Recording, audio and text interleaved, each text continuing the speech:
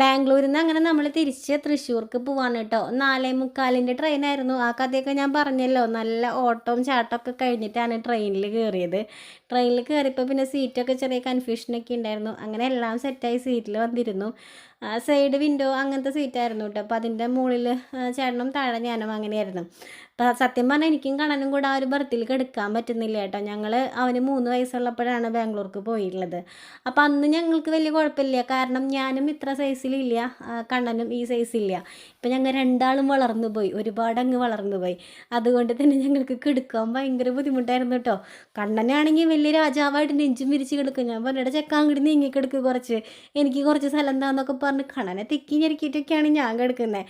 എൻ്റെ പകുതിയൊക്കെ പുറത്താണ്. ഒന്നാമത് ഇപ്പോൾ വണ്ണം വെച്ചിട്ടുണ്ട്, പകുതി മുക്കാലും പുറത്താണ്. എങ്ങനെയോ കമ്പിയൊക്കെ പിടിച്ചൊക്കെയാണ് ഞാൻ കിടക്കുന്നത്. നല്ലോണം ഉറങ്ങിപ്പോയി കഴിഞ്ഞാൽ ഞാൻ നിലത്ത് കിടക്കും. അങ്ങനത്തെ ഒരവസ്ഥയിലൊക്കെയാണ് കിടക്കുന്നത് കേട്ടോ. പിന്നെ ഈ കണ്ണൻകുട്ടിയാണെങ്കിൽ ഇന്നത്തെ ദിവസം ഉറങ്ങിയിട്ടേ ഇല്ല. അവൻ ഭയങ്കര വാശിയായിരുന്നു കേട്ടോ.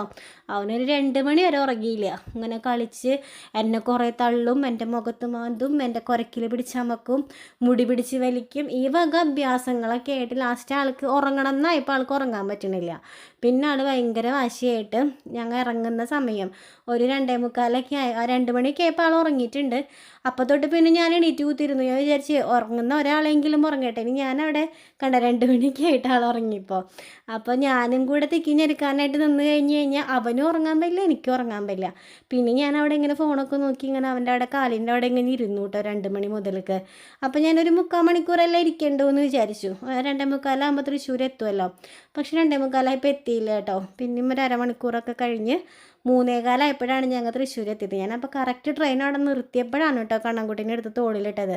അല്ലാന്നുണ്ടെങ്കിൽ അത്രയും സമയം അവൻ്റെ ഉറക്കം പോവില്ലേ. അപ്പോൾ ആളുകൾ ഇറങ്ങാനുണ്ടായിരുന്നു. അപ്പോൾ അത് കാരണം അവരൊക്കെ അങ്ങോട്ട് ഇറങ്ങുമ്പോഴേക്കും എനിക്ക് അവനെടുത്ത് തോളിലിട്ടാൽ മതിയല്ലോ.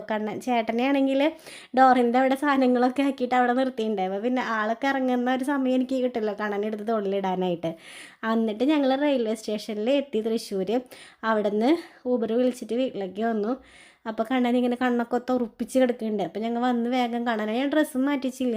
ഞാൻ ഡ്രസ്സൊക്കെ ഒന്ന് മാറി ഒന്ന് ഫ്രഷായി ആദ്യമേ കിടന്ന് ഉറങ്ങി. അപ്പോൾ ഒരു 4-4:30 അങ്ങനെയൊക്കെ ആയിട്ടുണ്ടായിരുന്നു. പിന്നെ സത്യം പറഞ്ഞാൽ സുഖസുന്ദരമായിട്ടുള്ളൊരു ഉറക്കം ഉറങ്ങി. അവിടെ വെച്ച് നമുക്ക് റൂമിൽ വെച്ച് ഉറങ്ങാനൊന്നും പ്രശ്നമൊന്നും ഉണ്ടായിരുന്നില്ല. പക്ഷേ ഈ ട്രെയിനിലുള്ള ഉറക്കങ്ങൾ വലിയ സുഖം ഉണ്ടായിരുന്നില്ല കേട്ടോ. അങ്ങനെ ഒരുപാട് ലേറ്റൊക്കെ ആയിട്ടാണ് ഞങ്ങൾ പിന്നെ എണീറ്റത്.